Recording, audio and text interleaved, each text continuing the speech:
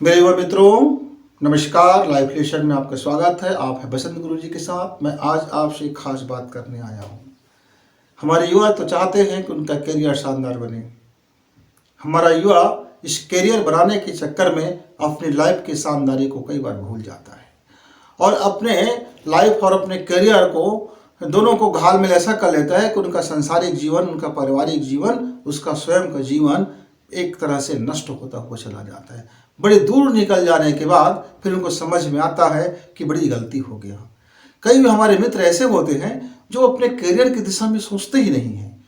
वो घर के माता पिता के कमाए हुए धन दौलत पर वो जीविका उपार्जन करते रहते हैं। वे अपनी नई पहचान बनाते ही नहीं हैं। उसको अपना आईडी बनाने में कोई दिलचस्पी ही नहीं होता। अंदर से जैसे वो मरा हुआ जिंदगी जीते रहता है। मित्रों, आप माता पिता कितना भी धनवान क्यों ना हो, माता पिता कितना भी सज्जन क्यों ना हो, माता पिता कितना भी गुणी क्यों ना हो, माता पिता की कितना भी बड़े पहुंच पहचान क्यों ना हो, माता पिता चाहे राजनीतिक हो, चाहे अफसर हो, चाहे धार्मिक हो, कुछ भी हो, माता पिता की पहचान उनकी अपने कर्मों के कारण बना है। मित्र, आपको भी अपना कर्म करना पड़ेगा। आपको भी अपने जीवन का, अपने हिस्से का कर्म करना होगा। आपने जन्म लिया है अकेले। इस पृथ्वी में आप आते समय अपने रूह के साथ कुछ वादा किए थे कि आप इस रंगमंच में क्यों आ रहे हैं, आपकी क्या भूमिका होगी। आप अपने भूमिका को भूल जाते हैं मित्रों। और कई मित्र हमारे गलत चुनाव कर लेने के कारण लक्ष्य चुनाव ऐसा कर लेता है कि पड़ोसी के बच्चा ने इंजीनियर बना तो वो कहता है कि मेरा भी बच्चा इंजीनियर बन जाए। उसके पड़ोसी के बच्चे ने डॉक्टर बन गया तो वो कहता है कि मेरे एक और वो भी डॉक्टर बन ही जाए। क्यों भाई? उसके बच्चे का लक्ष्य था, उसके मानसिक काबिलियत से, उसके शारीरिक काबिलियत से, उसके मेहनत के अनुरूप, उसके ज्ञान के अनुरूप। और तुम्हारा बच्चा जरूरी है कि उनके जैसे हो जाए? कोई किसी के जैसे होता नहीं मित्र, सब अपने जैसे होते हैं। आप अपने अंदर की खूबी को पहचान कीजिए, अपने अंदर की वास्तविकता को समझें कि आप में क्या चीज़ है और आपके स्वप्न क्या है। आपका जीवन कैसे चाहते हैं, आपका जीवन किस तरह से गुजारा बसर चाहते हैं। हो सकता है एक आदमी को जंगल में फोटोग्राफी करने में आनंद आता हो और एक आदमी को डिस्को बार में जा करके ड्रम बजाने में आनंद आता हो सकता है एक आदमी को सड़क किनारे बैठ करके रोड का मुआयना करने में आनंद आता हो सकता है एक बच्चे को हमारे अंधेरे कमरे में बैठ कर चुपचाप ध्यान लगाने में आनंद आता हो। तो आप अपनी खुशी देखिए, आप अपनी आनंद देखिए कि आपके अंदर की रूह, आपकी आत्मा, यानी जो आप हैं, वो उसको किस में आनंद आ रहा है, वो कौन सा लक्ष्य चुनाव करना चाहता है, उसका अपना उद्देश्य क्या है, आपकी इन सांसों का, आपके इन प्राणों का, आपके इस सोच का, आपकी साइकोलॉजी का। तो आप अपनी नेचुरली साइकोलॉजी को पहले पहचान कीजिए कि आपका प्राकृतिक नेचर का, आपका मनोविज्ञान क्या है, आपके जीवन का तासीर क्या है। आप ठंडे मिजाज के हैं कि गर्म मिजाज के हैं, आप मृदुभाषी हैं कि कठोर भाषी हैं, कि आप में चापलूसी का गुण है कि सत्य बोलने का गुण है, कि कम बोलने का गुण है कि ज़्यादा बोलने का गुण है, कि फेंकने का गुण है कि कम से कम, जरूरत से भी कम बोलने का गुण है। अलग अलग मेरे युवा पे अलग अलग गुण होते हैं। अपने उस गुण को पहले देखें और अपना लक्ष्य के चुनाव उसके अनुरूप करें।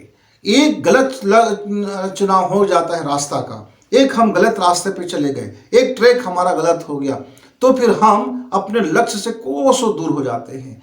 मान लीजिए उत्तर दिशा में मुझको जाना था, चौराहे पे आया और मुझको किसी मेरे मित्र ने कहा कि यह जो गली है यही उत्तर दिशा में जाता है, और वो दुर्भाग्य से वह गली दक्षिण दिशा में जा रहा था।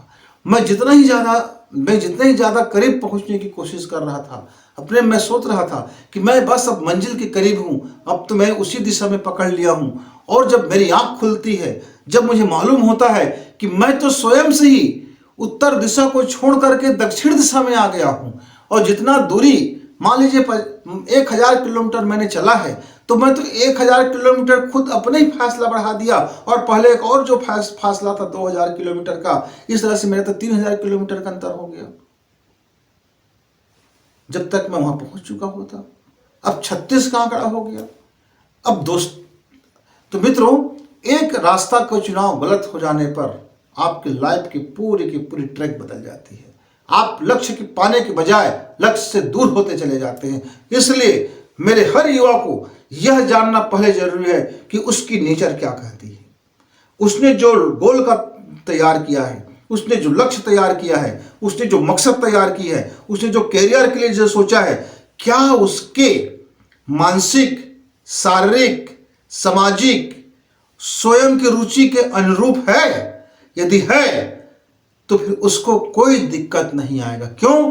क्योंकि उसने सही गोल चुना है और सही रास्ता पर है। तो वह अपनी मेहनत, अपने श्रम, अपनी खुशी, अपनी ईमान, अपनी वफादारी और अपने परिश्रम से वह उस सफलता को हासिल कर लेगा। लेकिन यदि किसी के कहने पे वो गोल तैयार किया है, उसकी बिल्कुल इच्छा नहीं है, उसकी मनोदशा तो बिल्कुल राय रखती नहीं है, वो दिल से चाहता ही नहीं है, वो कुछ करना ही नहीं चाहता है, उसे बोलना भी नहीं आता, उसे लिखना भी नहीं आता, उसे याद करना भी नहीं आता, उसको तो कोई चीज में रस नहीं है, वो तो बस घर के लोग बोल दिए हैं तो जा रहा है, कोचिंग चला गया, ट्यूशन सेंटर चला गया, फॉर्म भर दिया, परीक्षा में बैठ गए, जैसे जैसे ये उनका अपना काम नहीं है, किसी दूसरे के काम को मजदूरी ढो रहा है। वो तो मजदूरी ढो रहा है तो फिर वो मालिक कैसे बन सकता है? यदि वह अपने काम को मालिक बन के काम करेगा, ओनर बन के काम करेगा, वो ज्यादा मेहनत करेगा, हर दिशा में मेहनत करेगा, हर तरह से सोचेगा, हर तरह से उसके निष्कर्ष निकालेगा, हर घंटा उसमें जिएगा और वो सोचेगा कि इसको मैं और कैसे बेस्ट से बेस्ट और कैसे बेस्ट कर सकूं।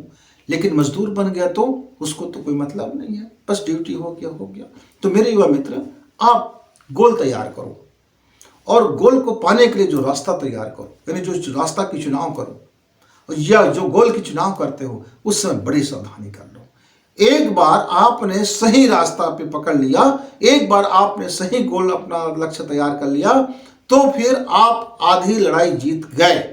लेकिन गलत हो गया तो सफलता मिलते मिलते भी फेल हो जाओगे।